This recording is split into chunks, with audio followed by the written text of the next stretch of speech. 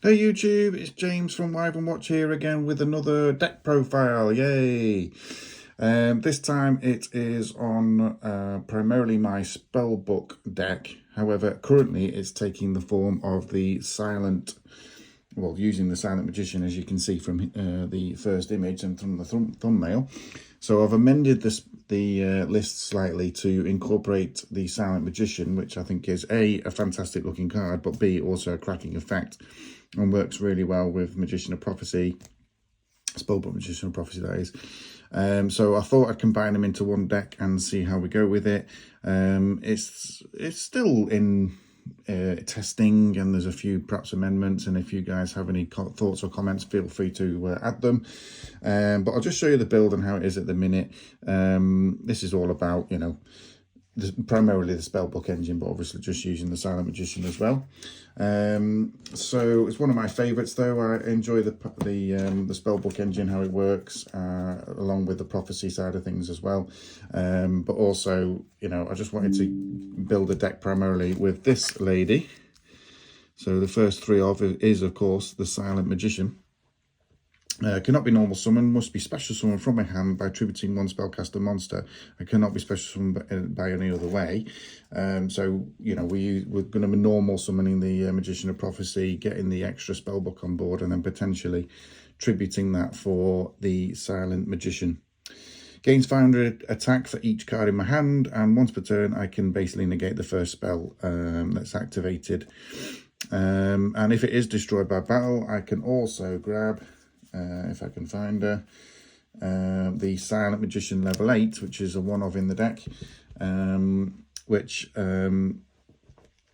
is basically is unaffected by my opponent's spell cards, which can be tricky for someone to get round, considering she's 3,500 attack. There's one or two other cards in the deck that will make it even stronger. So that's the only sort of Silent Magician package I've got at the moment. I know there are other spells, etc., to go with that engine or deck even, but we're not playing them in this particular build. So the next is the prophecy side of things. So of course we've got free Blue Boy, or its actual name is the Spellbook Magician of Prophecy, of course. Old card, but a favourite of most people's, I would say. So when this is normal or flipped, I can add one Spellbook spell card from deck to hand. Fairly simple effect. Level 2, of course, so if we've got a couple of them on board, we can perhaps go into the extra deck, or indeed, like I say, go into the Silent Magician, or indeed use it for fodder on the Spellbook of Knowledge. That's primarily what happens to them anyway. Next prophecy card is an old one again. Really difficult to get hold of this card now, but this is the Temperance of Prophecy. This one really I only use to grab or an early summon of the High Priestess of Prophecy, but during the main phase, if I've activated a spellbook card previously this turn, which is not difficult in this deck, you can tribute this card, special summon one level 5 or higher light or dark spellcaster monster from your deck. But you cannot special summon any other level 5 or higher monsters during the turn you activate this effect. So there's a slight limitation on there, but not too much of a problem. Primarily, we're looking to go for the High Priestess, of course, but you could potentially also go for the World of Prophecy, which is another potential target. But that's what its main use is for, of course. Next, actually not a prophecy card, but running any sort of spellcaster deck at the moment without Magician's Souls would probably not be the best build in the world. Most people know this card, of course, but you can send up to 2 spell or traps from my hand or field to the graveyard, draw that many cards, and if this card is in my hand, you can send one level 6 or higher spellcaster monster from your deck to the graveyard, then activate one of these effects. You can either special summon this card, or indeed special summon one Dark Magician or Dark Magician Girl from your graveyard. You can only use the effect of Magician's Souls once per turn, but that just gets you the Priestess into the graveyard, gets the extra body on board for a potential link. But if you search in the Spellbook of Life, you've got every opportunity to add the High Priestess. And speaking of which, we're playing her at 2. With the addition of the World of Prophecy, so we'll put all 3 of these together. always a debate on whether I run 3 of the High Priestess and just get rid of the World of Prophecy, but I like to run as many cards as I can in a particular deck. So the High Priestess is, like I say, the go-to spellcaster, so you can reveal 3 Spellbook cards in my reveal 3 Spellbook spell cards in my hand, special summon this card from the hand, and then once per turn you can banish 1 Spellbook card from your hand or graveyard, and then target 1 card in the field and destroy that target.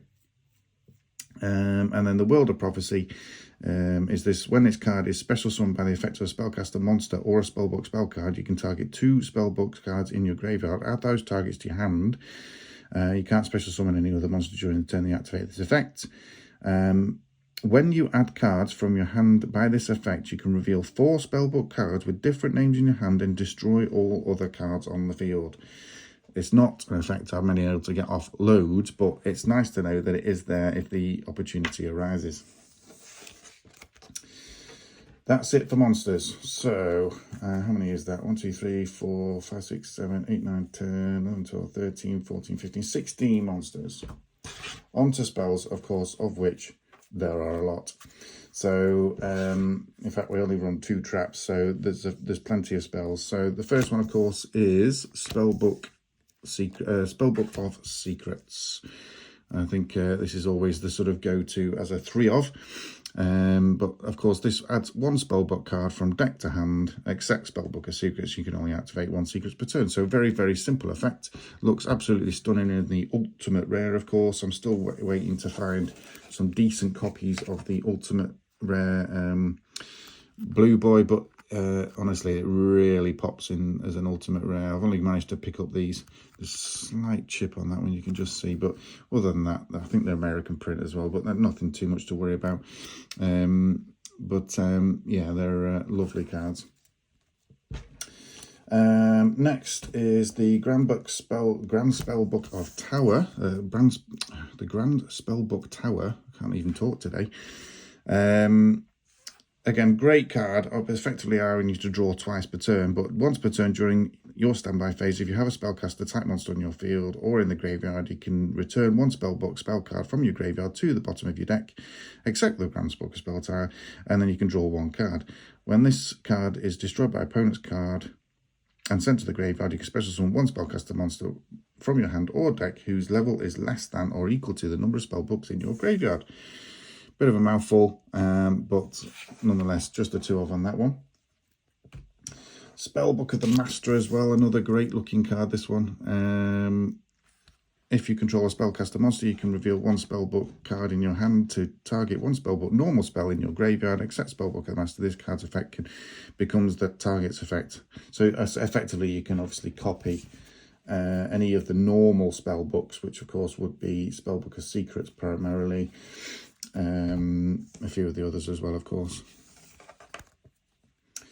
Now, I also like to run 2 Spellbook of Wisdom, which effectively just protects one of your spellcasters against a spell or a trap for that particular turn. But it makes it unaffected by, so, you know, if someone's trying to do a mind control or something simple like that, it's just a big no thank you to those. And again, easily searchable and recurable. And of course, also on the Spellbook lineup is the Spellbook of Fate. I run 2 of, again in Ultimate Rare, looks amazing.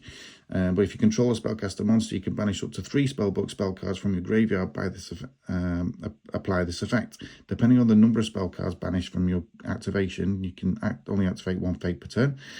Return 1 spell trap card on the field to the hand, or 2, change 1 monster on the field to face down defense position or face up attack position. And number 3, banish 1 card your opponent controls. But a quick play spell, very, very handy. One of the newer ones, of course, but this is Spellbook of Knowledge. Send to the graveyard either 1 spellcaster monster you control or 1 Spellbook card from your hand or face up on the field, except Spellbook of Knowledge. And if you do, draw 2 cards. Bit of a quick draw engine there, but also, like I say, we're utilising the fact that Blue Boy is a fairly weak monster, so we get it off the field straight away. Then the one-offs, we've got Spellbook of Eternity, which essentially returns one of your banished spellbooks. Spellbook of Power, again in Ultimate Rare, looks amazing. Just boosting the attack power of one of your spellcaster monsters. effectively that's what we use it for. Spellbook of Life, getting it from the grave, of course. I'm just spread these out a little bit more. Spellbook Star Hall, that's most people tend not to run that, but I like it. Just keep it on the field. Most opponents tend to ignore it, but those counters don't have build up, just building up attack for each of your spellcaster monsters. And last but not least, of course, straight off the ban list, Spellbook of Judgment, which I'm hoping we all know what that does. But yes, 5 one-offs in there, but like I say, very much searchable, so not the end of the world there. We don't use the extra deck very much. When we get to it, we might just skip past it, but of course we are also running Pot of Extravagance, just a little bit of draw power, primarily just banishing 6 for get the 2 draws. Few others just dropped in there. So Power of the Guardians, this is great when attached to Silent Magician. But if an attack is declared involving the equipped monster, place 1 spell counter on this card. The equipped monster gains 500 attack and defense for each spell counter on this card. And if the equipped monster would be destroyed by a battle or card effect, you can remove 1 spell counter from the field instead. So nice little handy thing to go with the Silent Magician and indeed the High Priestess if needs be. Last 3, I've just got a simple Monster Reborn, and the last 2 trap cards are just a pair of Heavy Storm Dusters, just because I don't really want to be discarding from my hand. I need the advantage in my hand. So targeting up 2 spell trap cards on the field, destroy them. You cannot conduct your battle phase the turn you activate as a card, but obviously you want to be activating that on the opponent's turn. So that is the main deck. That's 42 cards. I'll just move swiftly on to the extra deck. Like I say, this is thrown together really just to give some options at least, but actually we rarely go into it, but just skip past it. So we've got Crowley the First Prophecy even. So we've got 2 of those just in case we want to go into that. But that if this card is linked summon, you can reveal 3 spellbook cards with different names from your deck. Your opponent randomly adds 1 of them to your hand. Also shuffle the rest into the deck. You can only use the effect of Crowley the Prophecy once per turn. And then each turn, 1 level 5 or higher spellcaster monster you normal summon can be summoned without tributing. So again, it's another way of getting the higher level ones on the field. Couple more links. We've got a Phoenix, a Cerberus, and an Almirage, just to sort of give you a little bit of a link lineup. And the rest are XC's monsters going up in level. So we've got a Slacker Magician, keeping with the spellcaster side of things. Well, kind of. Sky Cavalry Centaura, we've got 2 of those, which is a great thing to turn a couple of blue boys into. Another Shining Elf, another sort of upgrade for Blue Boy. I've got a number 17 Leviathan Dragon.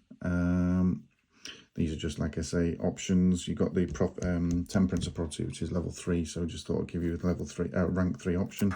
Tornado Dragon, always a good rank 4 option. Down a Magician to upgrade maybe the Shining Elf or the Slacker into. Hierophant of Prophecy again in Ultimate Rare, looks really nice. And a rank 7 option, of course, by using the High Priestess. Red Eyes Flare Metal Dragon for another rank 7, and of course number 11 Big Eye as the final option. Guys, that is the end of the deck profile. Thank you very much for tuning in and having a listen to what I've got to say with regards to Silent Magician, or indeed Spellbook Engine, whichever one you call it. I actually call it the Silent Prophecy, which I thought is a cool name for it.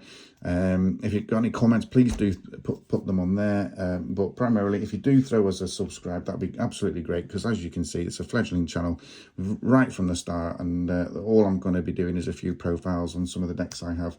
I'm up to 43 decks now. All complete, all in real life. So I'm going to slowly but surely profile each one of them for you, and this is the latest one. Guys, that's it from me. Thank you very much indeed, and we'll speak to you next time. Bye.